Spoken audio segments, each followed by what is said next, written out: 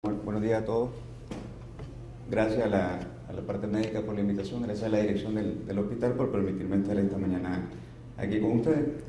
Pues el tema de la fibrilación auricular, evidentemente, llevar a un paciente ya con una complicación eléctrica a un cateterismo, que de por sí puede resultar con más complicaciones, pues es un reto que todos los médicos, intervencionistas y no intervencionistas, nos vamos a enfrentar en algún momento de nuestra práctica.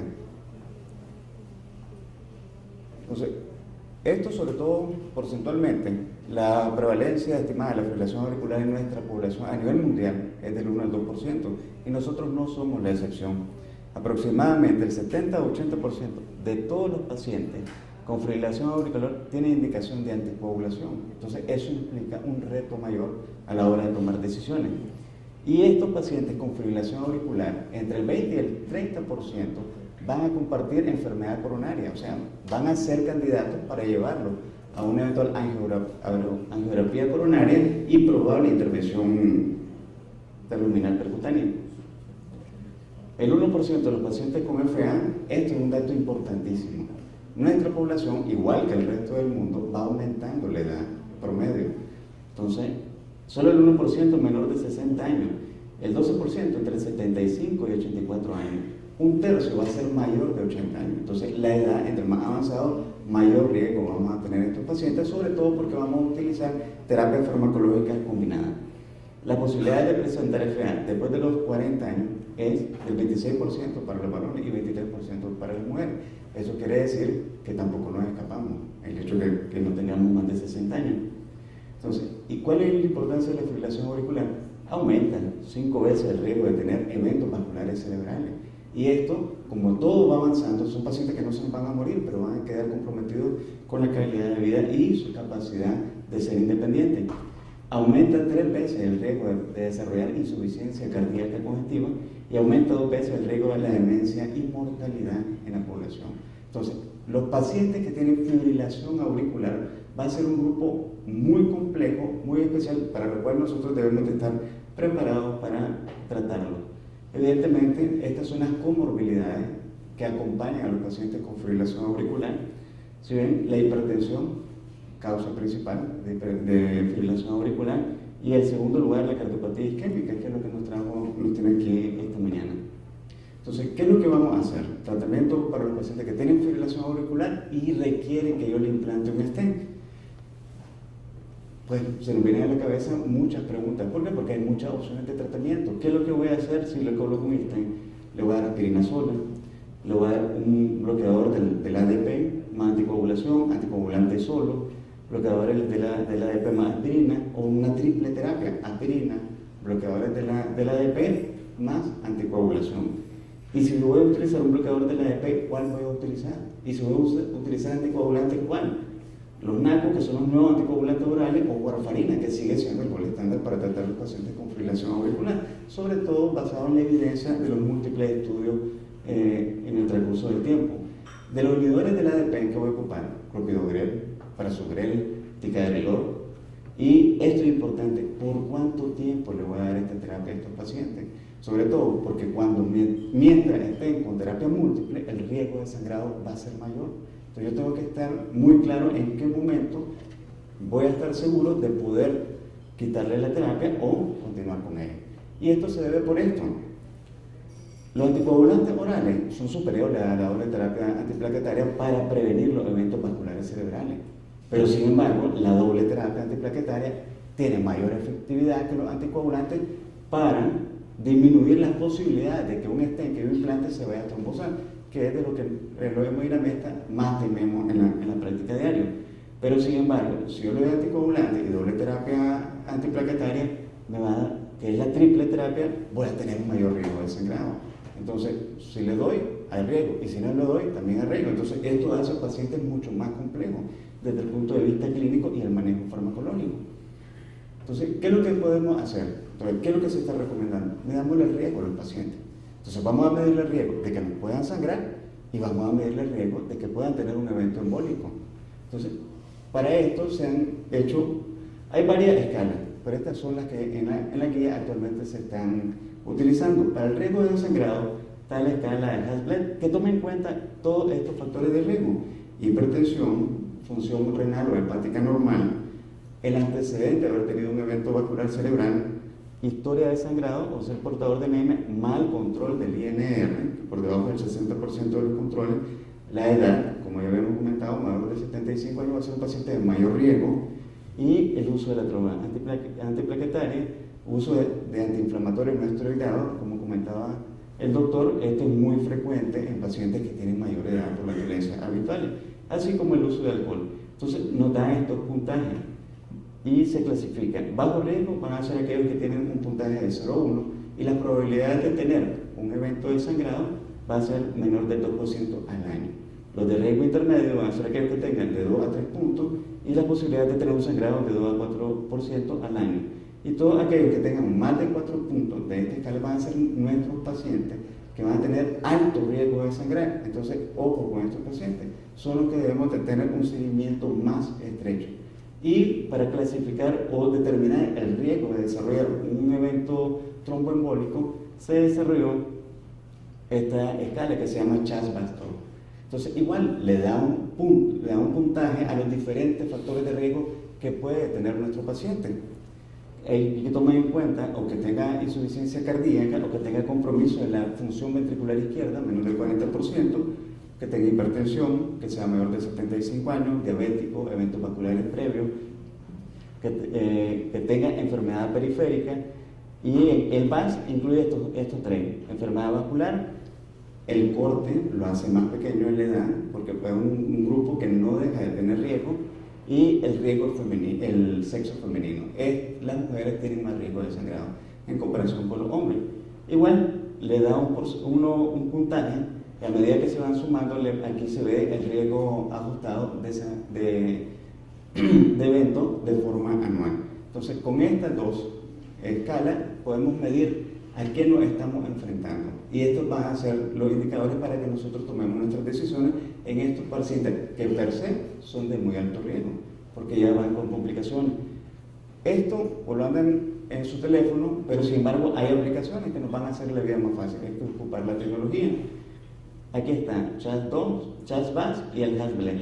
Ustedes le marcan todos los factores de riesgo que tenga su paciente, y evidentemente aquí nos va a dar el score, tanto para eventos embólicos o para el riesgo de sangrado. Y al final, ustedes también, una vez que tengan el riesgo de sangrado o de embolia, le pueden poner qué terapia ustedes quieren aplicar. Desde dejarlo sin medicamento, eso va a depender de cuánto le dé el riesgo de embolismo o las diferentes opciones terapéuticas que tenemos a disposición. Y esto nos va a servir, les va a calcular esto: qué porcentaje de eventos embólicos va a tener su paciente según el nivel de riesgo que tenga, o qué porcentaje de probabilidad de sangrar va a tener su paciente, depende del medicamento que ustedes deciden elegir. Entonces, este software está muy práctico. Les dice dónde está su paciente y les dice más o menos cómo le va a ir con el medicamento que ustedes decidan hacer. El único inconveniente que yo veo es que solo está disponible para los dispositivos Android. Los que usan Mac están muy fritos por el momento. Esto trayendo a colación dónde actúan los diferentes medicamentos.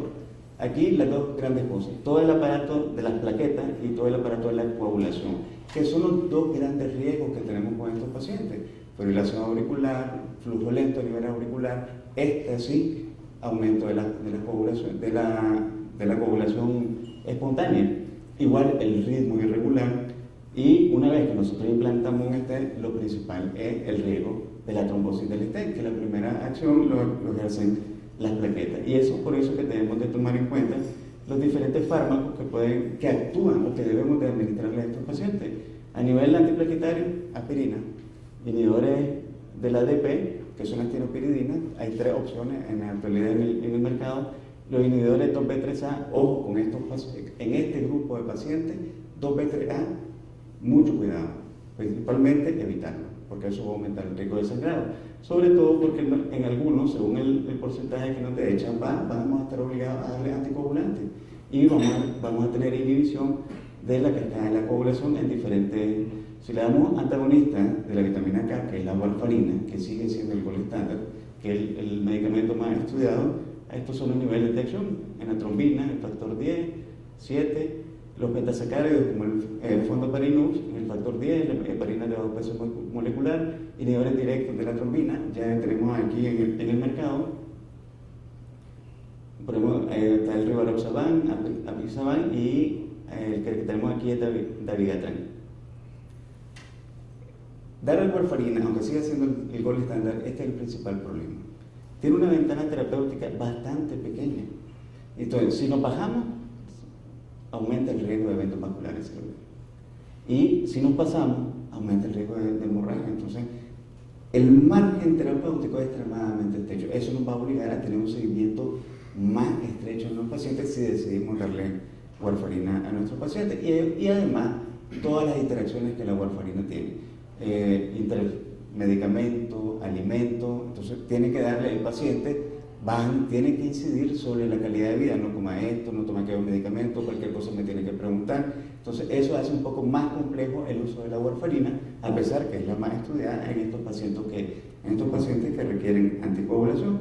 Sin embargo, con los NACO, que son los nuevos anticoagulantes orales, ya hay estudios para fibrilación auricular para reducir el riesgo de eventos vasculares cerebrales sobre todo, y estos son los más representativos, el Relay, Rocket y el Aristóteles con apixaban.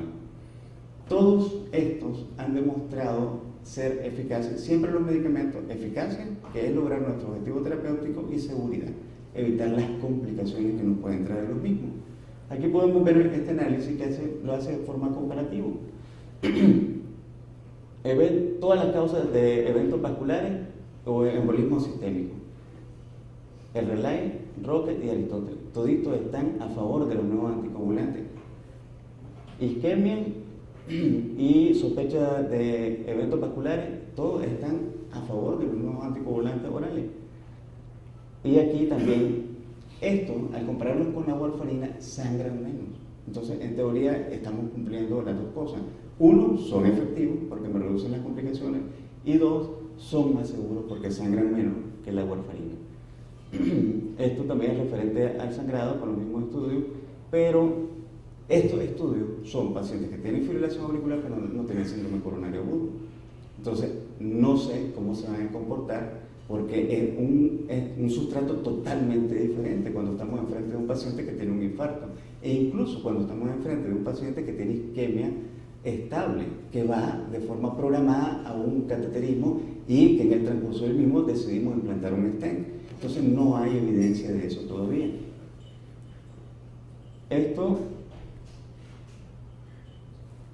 como no había, entonces empezaron a buscarle un nuevo anticoagulante. ¿Cómo se van a comportar en el síndrome coronario agudo? Bueno, veamos cómo se comportan. Hicieron este estudio con apixaban. Entonces buscaron pacientes con infarto reciente. Lo que se quería es determinar si este medicamento era capaz de reducir los eventos vasculares mayores, como muerte cardiovascular, infarto o evento vascular cerebral, siempre y cuando tuviesen un riesgo aceptable de sangrado. Recibían también la terapia antiplaquetaria convencional. Esto implicaba terapia dual, con aspirina y clopidogrel principalmente. Entonces veamos cómo le fue en este estudio con apixaban, cómo le fue en reducir los eventos cardiovasculares mayores. Prácticamente le fue igual al placebo con doble terapia antiplaquetaria que aquellos que le dieron apixaban con doble terapia antiplaquetaria. Entonces ahí nos deja la duda. Aparentemente, en un síndrome coronario agudo, este medicamento que es nuevo no nos da mayor beneficio. Y veamos, aquí lo trataron de subdividir por la terapia antiplaquetaria, el síndrome coronario agudo, qué tipo era, qué es lo que se hizo, si fue a cirugía, si le hicimos cateterismo, tratamiento médico, y sin embargo, miren, no mostró mayor diferencia aún dividido por su grupo, ni siquiera dividido por la edad, que es un factor de riesgo importante, se comportó igual que le diéramos o no le diéramos este nuevo anticoagulante oral. Esto sí, aquí sí salió bastante bien. A la hora de medir el riesgo de sangrado, los pacientes que recibieron apixaban sangraron más. Evidentemente le estamos dando un fármaco con alto riesgo de hemorragia. Entonces aquí, uno poco seguro, pues sangra más. Entonces es una totalmente disyuntiva, o sea, ni son seguros, ni me da mayor beneficio en este. Y la otra cosa importante es que estos pacientes sí habían tenido un síndrome coronario agudo, pero no se incluyó pacientes con fibrilación auricular. Entonces, eso los deja fuera de lo que nosotros venimos a platicar el día de hoy. Y el otro estudio representativo es el TIMI 51, que se hizo con rivaroxaban, que lo tenemos aquí en el país. Entonces, aquí igual, este fue el TIMI 46, fue el preámbulo, es un estudio 2, evidentemente, entre más dosis, más riesgo de sangrado. Aquí se vio en este estudio previo que el rivaroxaban sí disminuyó los eventos vasculares mayores. Entonces, con esa premisa, decidieron hacer un estudio más grande que fue el TIMI 51. Pero lo que hicieron era lo siguiente: como habían visto, entre más dosis, más sangrado, entonces trataron de dar dosis más pequeñas. Terapia antiplaquetaria, todo aspirina, el uso de la astenopiridina, cualquiera que fuera, iba a ser a criterio del médico, y tres brazos: placebo, rivaroxaban de 2.5 y rivaroxaban de 5 miligramos 2 veces al día. ¿Qué es lo que se buscaba? Eventos vasculares mayores, a ver si se podían reducir, y la seguridad para el sangrado. Vamos a ver cómo le fue. Eventos vasculares mayores, salió mejor el rivaroxaban, entonces, porque redujo el riesgo relativo hasta un 16% de los pacientes que estuvieron en ese grupo. La trombosis del stent también la redujo. Aquí fue 31% reducción de la trombosis del stent. Entonces voy más tranquilo, pues la gente no se me muere y no se me están trombosando los stents que le pusimos.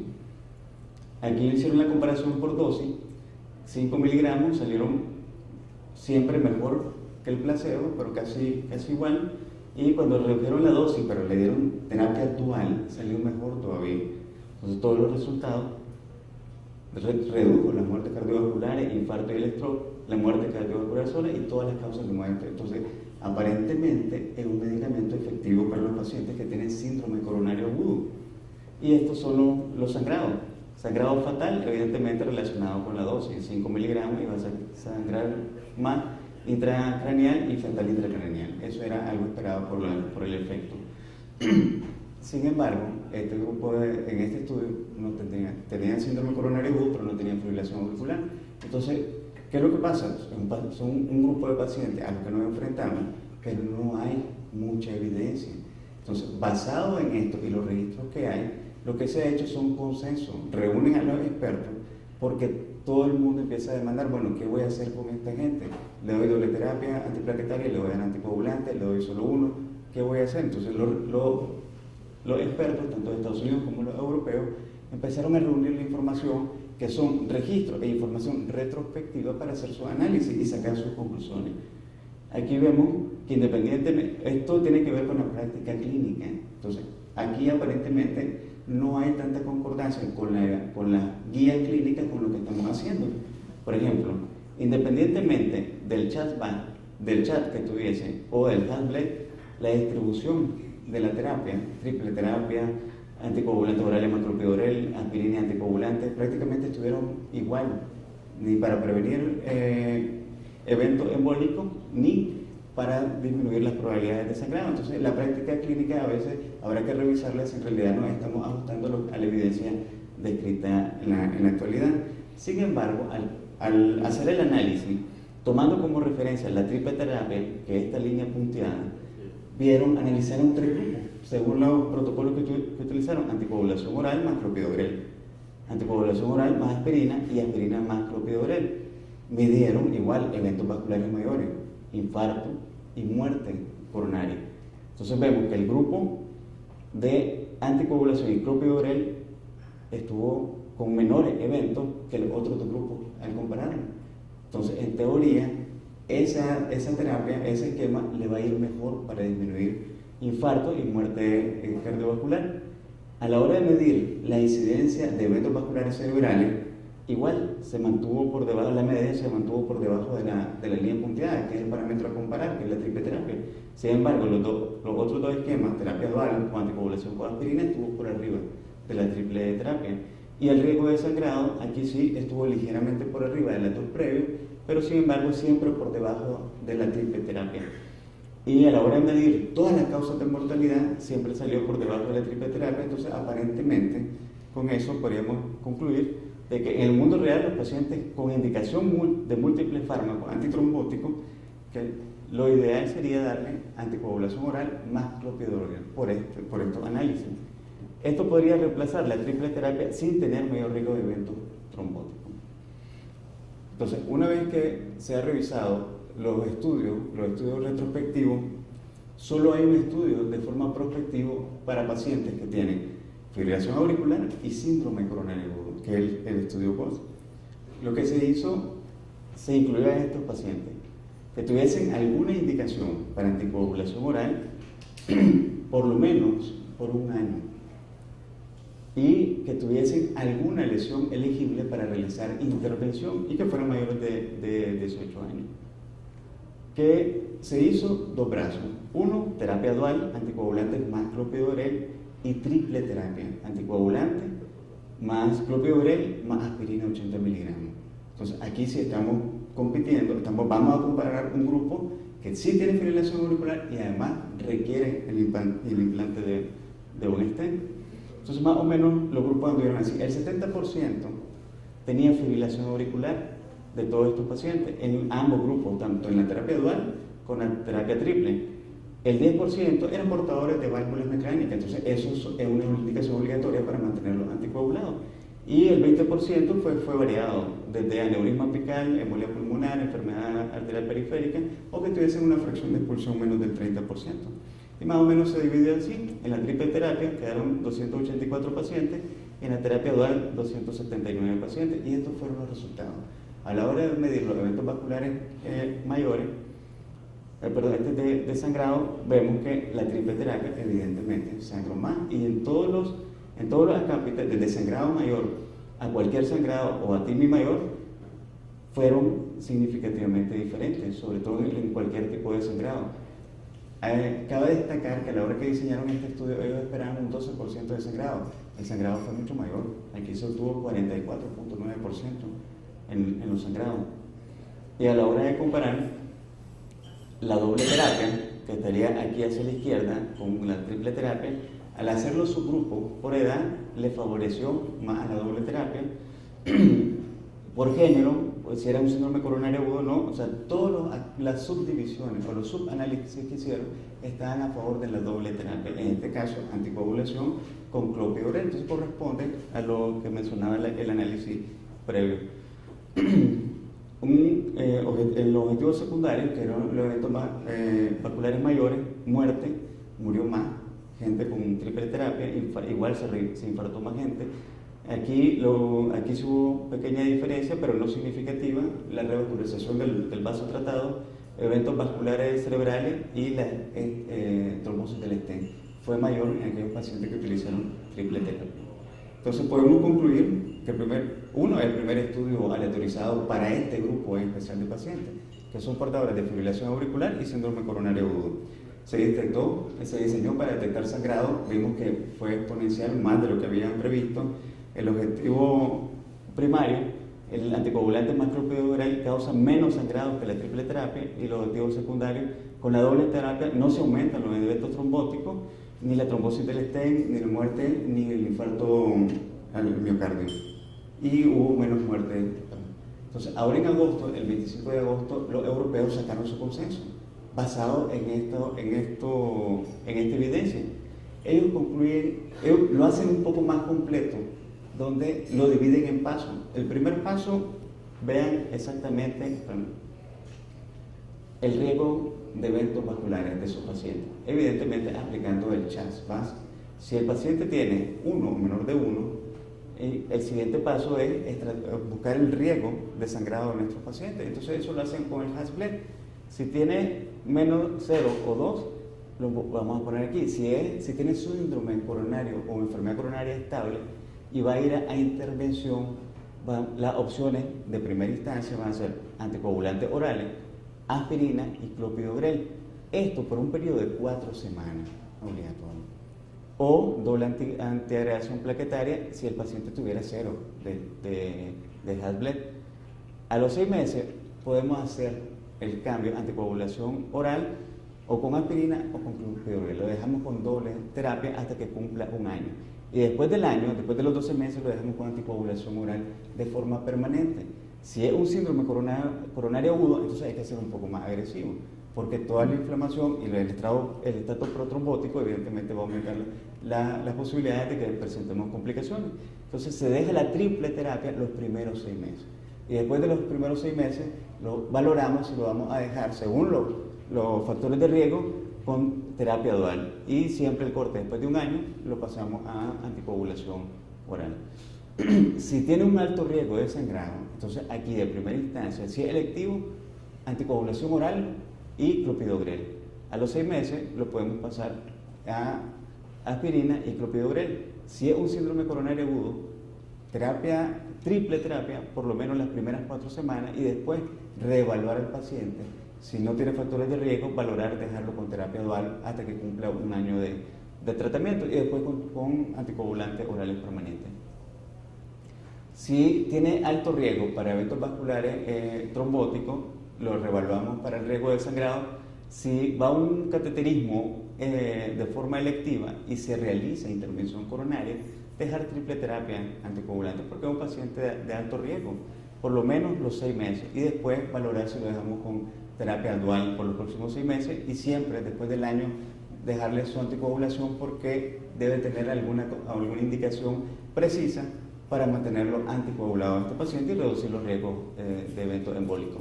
Si es agudo, triple terapia 6 meses, y lo más seguro, triple terapia los otros 6 meses hasta llegar al año, donde valoraremos dejarlo con monoterapia con anticoagulación oral. Si el paciente es de muy alto riesgo, que va a tener un CHA2 alto y un HbA alto, entonces, ojo, estos pacientes, triple terapia, como tiene riesgo de sangrado alto, la triple terapia un periodo más corto, 4 semanas, en ambos grupos, tanto en el electivo como en el que va a síndrome coronario agudo. Valorar doble terapia hasta llevarlo a 1 año. Eso es lo que recomiendan los europeos, cumplir con estos 4 pasos. Primero, valorar el riesgo de embolismo de nuestros pacientes, el riesgo de sangrado, ver dónde lo colocamos clínicamente, qué le vamos a hacer, y para decidir la terapia antitrombótica en estos pacientes. Esto es lo que recomiendan en Estados Unidos, eso son los europeos, sobre todo aquí, fibrilación auricular y síndrome coronario agudo, siempre medir el riesgo de embolismo. Y esto es importante, ¿qué le vamos a poner a nuestros pacientes? ¿Qué tipo de stent? Lo ideal sería para todos estos pacientes ponerle stent metálico, porque eso nos va a quitar mucho peso de la terapia dual antiplaquetaria. Pero sin embargo, van a haber pacientes, que no es un porcentaje nada despreciable, que van a requerir el implante de stent medicado. Entonces, las recomendaciones: triple terapia el menor tiempo posible. Midan a sus pacientes. Seguido de anticoagulación oral más un antiplaquetario. La duración de la triple terapia va a depender de si es agudo o electivo, el riesgo de sangrado, el tipo de stent, preferiblemente stent liberador. Si van a ocupar, lo ideal es metálico. Si van a ocupar un liberador de fármacos que sea de las nuevas generaciones. Y si la fibrilación auricular es no valvular, valorar el uso de los cumarínicos o los nuevos anticoagulantes orales. Todo esto va siempre buscando cómo reducir el sangrado. Esto para los hemodinamistas también es importante. ¿Por dónde vamos a entrar a nuestros pacientes? Ya sabemos, los estudios han demostrado que por la vía femoral el riesgo de tener complicaciones hemorrágicas es mayor que si hacemos los procedimientos por vía radial. Entonces, un paciente que tiene indicación de anticoagulación, que tiene alto riesgo, lo ideal sería llevarlo a una angioplastía por vía radial para reducir el riesgo de sangrado de forma significativa, aparte de las consideraciones farmacológicas que debemos de tomar en cada caso. Lo otro es a la hora de la selección de los stents. Lo ideal, ahora ya se están utilizando, este es un stent biodegradable, se llama Absorb, de polilactona, y aquí podemos ver la evolución del stent que tiene en la pared vascular. Esto es recién implantado, esto es a 6 meses, los blancos son los struts o los postes del stent. Como ven, van desapareciendo a medida que va pasando el tiempo. Esto evidentemente nos va a favorecer a nosotros porque no nos va a obligar a mantener una terapia dual una triple terapia por un periodo de tiempo extremadamente largo, y nos va a reducir muchísimo el riesgo de la trombosis del stent, ya que los stent medicados, la mayoría, el medicamento lo traen en un polímero y el polímero no desaparece. El polímero es capaz de evitar la cicatrización o la endotelización local.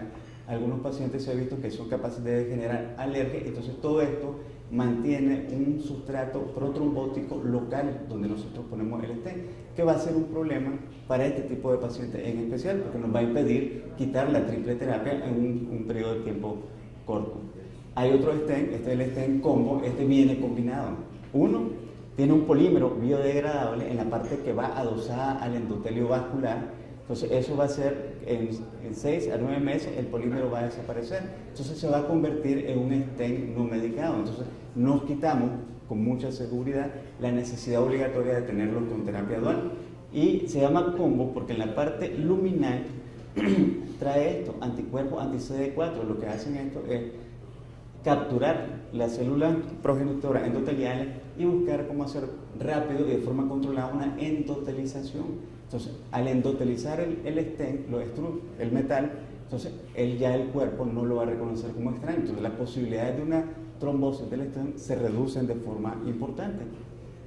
Están también los polímeros bioabsorbibles, el poste siempre de metal, pero por ejemplo este de hidroxiapatita, y entre ese polímero viene el fármaco que va a disminuir la posibilidad de tener una reestenosis intraestent.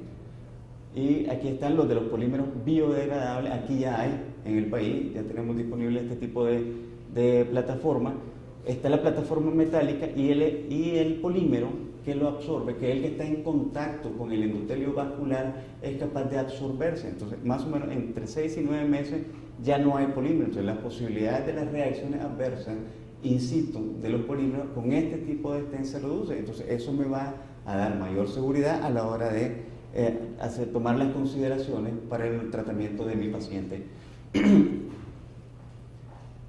Y siempre en este grupo de pacientes, como suele ser bien complejo, también van a haber pacientes que tienen contraindicaciones para la toma de anticoagulantes orales. Ahora se han desarrollado estos dispositivos. Como ustedes saben, fibrilación auricular, flujo lento, la orejuela se mantiene como un remanente para formar coágulos. Entonces se han hecho los dispositivos de cierre de la orejuela izquierda. Son como sombrillas, se hacen a través del lado derecho, se hace una punción transeptal, se localiza la orejuela del lado izquierdo y se implantan a ese nivel. Más o menos se dejan anticoagulados por 3 meses y esto se endoteliza. Entonces eso hace una aurícula completamente redonda sin dejar remanente que pueda ser un sustrato para la producción de coágulos. Entonces esto es lo que en la actualidad la estrategia que podemos tener desde el punto de vista farmacológico, estratificar bien a nuestros pacientes, y a la hora que estamos en la sala de hemodinámica tratar de escoger el material idóneo para tener menos complicaciones en nuestros pacientes y darle mayor seguridad al paciente y a su médico tratante. Y esta es una opción sobre todo en aquellos pacientes que tienen alguna contraindicación para el uso de anticoagulantes.